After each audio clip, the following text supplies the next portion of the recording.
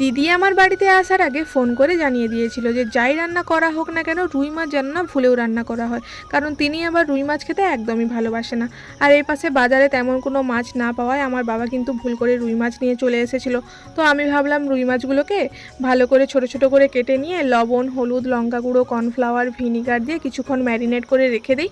তারপর কড়াইতে তেল গরম করতে দিয়ে ভালো করে মুচমুচে করে কিন্তু মাছগুলোকে ভেজে নিয়েছি।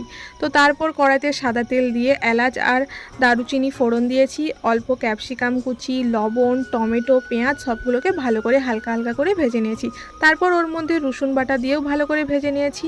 2 চামচ লঙ্কা গুঁড়োকে ভাবলাম একটু জলে গুলিয়ে ভালো করে ভেজে নিই। তারপর ওর মধ্যে দিয়ে দিয়েছিলাম অল্প আদা বাটা আর হলুদ গুঁড়ো। তো মশলাটাকে ভালো করে কষিয়ে মশলা থেকে যখনই তেল ছাড়তে শুরু করবে তখন ওর মধ্যে দিয়ে দিতে হবে কিন্তু টমেটো সস।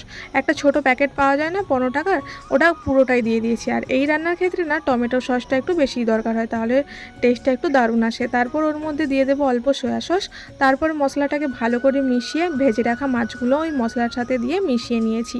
তো কিছুক্ষণ নাড়ানোর পর ওর মধ্যে গরম জল পরিমাণ মতন দিয়ে দিয়েছি। তারপর অল্প কর্নফ্লাওয়ার জলে গুলে কিন্তু ওই কিছুক্ষণ নাড়ানোর পর নামিয়ে নিয়েছি। তারপর দিদি তো চলে এসেছিলো, দিদিকে খেতে দিয়ে দিয়েছিলাম।